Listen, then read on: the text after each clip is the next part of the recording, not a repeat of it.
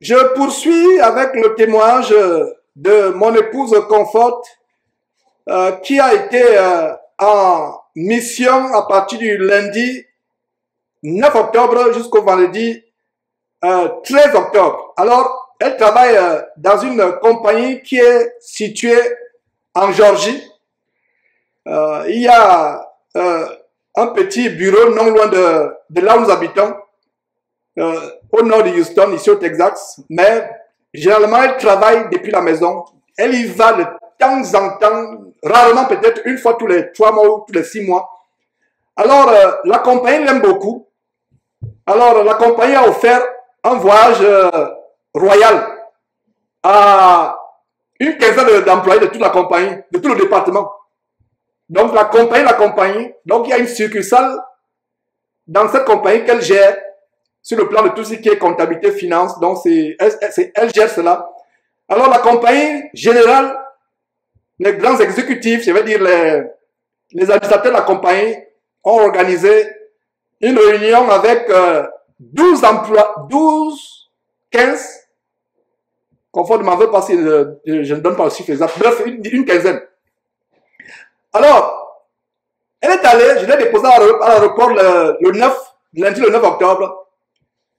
Et ça m'a tellement, j'ai eu un vide, parce que c'est moi qui voyage, c'est moi qui, soit pour la parole de Dieu, soit, donc, Confort n'a jamais quitté la maison, je n'ai jamais senti la chambre froide depuis que nous sommes mariés, et je constate ce qu'elle a ressenti quand je voyage, quand donc, c'était, je suis resté avec les enfants, donc elle a bien voyagé, tout s'est bien passé. On était plusieurs fois par jour par téléphone. Des fois, je prenais mon téléphone, je mettais seulement FaceTime. FaceTime, c'est la fonctionnalité qui permet de vous appeler. Donc, je mets seulement FaceTime, je mets et je pose seulement là. Donc, on se voit à longueur de journée, on se parle. Donc, c'était merveilleux. Et je ne sais pas, le frère David Coty du côté de France. Maintenant, j'ai ressenti, David, ce que tu ressens, ce que tu as ressenti pendant les 1 an ou 2 ans ou 3 ans que tu as travaillé hors de la maison, dans une autre ville. Coty, j'ai ressenti, je pensais à toi. Et je disais, ah donc c'est ce que le frère Coty ressentait. Et c'est pour ça que quand vous n'êtes pas à la place de quelqu'un, vous ne pouvez pas sentir la compassion.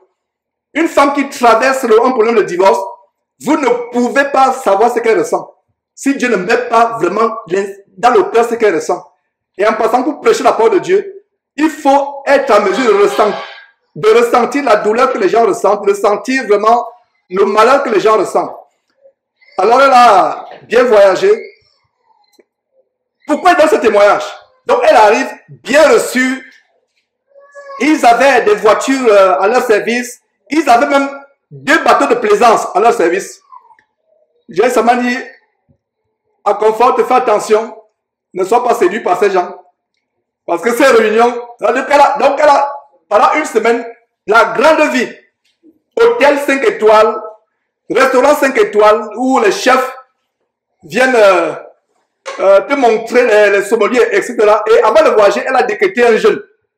Enfin, c'est même pas qu'elle a décrété un jeûne, elle avait commencé un jeûne depuis. Donc, il y a certaines heures où elle mange, etc. Donc, ça veut dire qu'elle n'a pas été impressionnée par tout ce qu'on montrait, les grands repas, et donc elle était en jeûne, elle mangeait vraiment très légèrement. Donc ça s'est bien passé. Mais je donne le témoignage pourquoi. Regardez comment le diable la piège. L'une des meilleures employées, on l'amène dans une excursion d'une semaine au frais, meilleure étoile en Floride. Et là, le témoignage me dit, Georges, nous qui sommes au Texas, j'ai l'impression que nous sommes dans notre pays. Quand j'arrive en Floride, j'ai la tristesse, j'ai l'impression que c'est notre monde, c'est un monde de la volupté, de la mondanité. Les gens ne se soucient pas de Dieu. C'est une ville où, c'est l'État Floride, c'est comme si on est en vacances 365 jours sur 365 jours en Floride. Les gens sont sur les plages, les gens mangent dans les restaurants, les gens...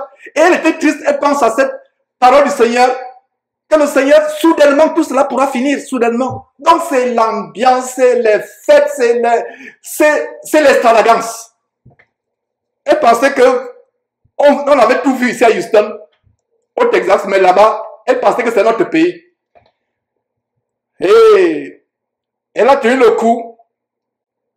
Elle est allée s'habiller modestement parce qu'il fallait même préparer les tenues pour les soirées, etc. Elle a tenu le coup. Je peux déjà vous dire que sans ouvrir la Bible, sans prêcher, elle a prêché la parole à beaucoup de personnes. Ils étaient impressionnés. Et vous savez, nous ne vivons pas le racisme ici comme chez vous en Europe, etc. Mais nous n'avons pas de problème de racisme dans ce pays. Aux États-Unis, non, il n'y a pas de problème de racisme, mais il y a des problèmes quand même de stéréotypes, de préjugés. Elle était la seule noire parmi tout, même dans la compagnie. C'est la seule noire dans tout le département. Et donc, elle était la seule noire et la seule africaine. Les autres sont habillés en caleçon, en short, etc. Elle envoyait des photos. Caleçon, des photos. Mais elle ne m'envoyait pas des photos impudiques. Elle envoyait des photos quand même. Collants, etc. Jupe courte, robe courte. Elle était la seule habillée en jupe tous les jours. La seule habillée en longue jupe, en longue robe tous les jours. Et les gens appréciaient la manière par laquelle elle s'habillait. Et elle a prêché la parole indirectement. Et je ne suis même pas encore arrivé au témoignage. Mais c'est pour vous dire que seul en Christ, la meilleure manière par laquelle tu prêches la parole, c'est pas ton comportement. C'est pas ton comportement. Tu parles peu, tu écoutes, tu es poli, tu es gentil, tu as du respect. Et elle a prêché la parole indirectement. Je vous assure qu'elle a marqué les gens. Elle a marqué les gens. Bon, là où j'en viens, c'est que deuxième ou troisième jour ou quatrième jour, parce qu'en fait, le but, c'est quoi? Récompenser les bons employés et aussi bâtir ce qu'on appelle bâtir l'équipe. C'est-à-dire que, je ne sais pas comment dire en français, mais en anglais, on dit team building. C'est-à-dire que les exercices de renforcer l'équipe, de bâtir, vous voyez la psychologie d'entreprise. Alors, un exercice de team building, c'est-à-dire bâtir l'équipe, renforcer l'équipe de travail, c'est le yoga. Incroyable. Il fallait qu'elle participe aux exercices de yoga. On n'a même pas annoncé, c'était pas au programme. On a mélangé les institutions de yoga. Et il y a les femmes dans le groupe qui disent qu'elles sont chrétiennes. Il y a les gens qui disent qu'ils sont chrétiens. Dans une salle, piégée par le diable. Dès qu'elle a vu ça, elle était choquée, outrée. Elle pouvait même sortir de la salle, mais elle a dit qu'elle ne sort pas, elle reste. Elle a dit qu'elle ne fait pas. Ok, tout le monde va faire, c'est un exercice vraiment de travailler le stress. Elle a dit, je suis désolé, je ne peux pas faire cet exercice, je suis chrétienne.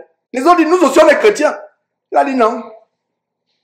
Imaginez-vous un très bon boulot, très bon poste. Elle a dit, genre j'étais prêt à j'étais prêt à perdre ce boulot. Et voilà ce qui s'est passé. Elle a dit, non, elle était assise, les gens regardaient, elle regardait les autres faire. Elle n'a rien fait. Les autres ont fait l'exercice. Regardez comment le diable a piégé. Elle a été rigoureuse jusqu'à la fin. Elle n'a pas fait l'exercice et c'est fini. Et elle s'attendait à ce qu'on dise, ok, je pense qu'il faut que tu retournes au Texas. Parce que l'équipe, non. Ce n'est pas ce qu'on lui a dit. Parce que s'attendait à ce qu'on lui dise, ok, tu retournes au Texas et tu vas contacter les ressources humaines parce que c'est grave.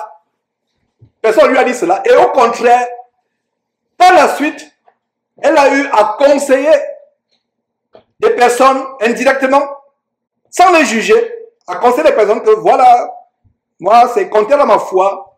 Ça, comme, si vous ne pouvez pas peut-être le savoir, mais ça ouvre votre intelligence à d'autres esprits impurs. Et quelques-unes de ses collègues, je ne sais pas, une ou deux, ont été intéressés à savoir plus sur les dangers du yoga. Donc voilà son témoignage, mes frères et sœurs. Quel est le but de ce témoignage? Rendre d'abord grâce à Dieu.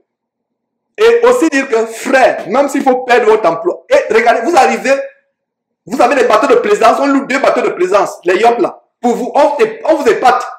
On vous met à l'aise. Après, boum, yoga. Prosterne-toi devant balle. Non. Je préfère, tout ça c'est la boue. C'est pour ça que, quelles que soient les grandes choses que nous pouvons avoir sur cette terre, les grands boulots, les grandes maisons, les grosses voitures, soyons prêts à tout perdre. Moi, votre frère Georges, comme je vous l'ai toujours dit, je vis dans un château, ça ne me dit rien. Je vis dans une fosse septique, ça ne me dit rien. Toute condition, ça ne me dit rien. Et c'est ça un vrai chrétien. Un vrai chrétien va être prêt à tout abandonner pour Christ. Donc, voilà, mes frères, mon témoignage, le témoignage de mon épouse et nous rendons grâce à Dieu. Soyons radicaux dans tout ce que nous faisons. Dans une entreprise, quand il s'agit de votre âme, si elle avait fait cela, elle aurait perdu non seulement la foi, je pense que ça aurait été un péché impardonnable. Vous voyez comment le diable, une petite chose comme cela, c'est pas simple. Elle avait fait cela, et elle serait revenue, je vais dire, chère épouse, il n'y a plus rien pour toi. Va lire Hébreux chapitre 10. Tu as renié le Seigneur Jésus-Christ, je suis désolé, il n'y a plus rien pour toi. Je suis désolé. Si elle avait fait ne serait-ce qu'une seule seconde, c'est un grand piège. Peut-être que vous ne comprenez pas que c'est un grand piège, c'est un très très grand piège. Parce que les gens vont dire que mais ça fait quoi? Il n'y a rien de...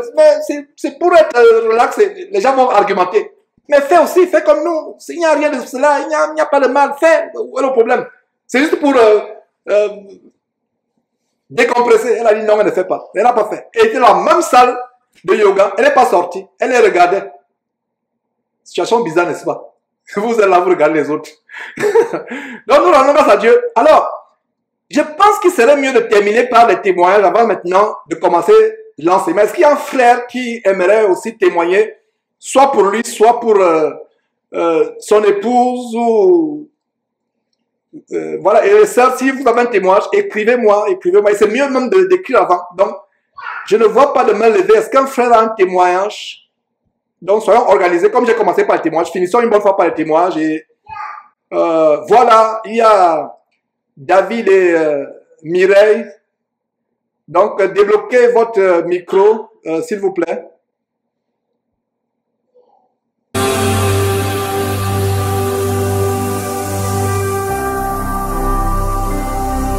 Jésus-Christ TV, vous connaîtrez la vérité et la vérité vous affranchira.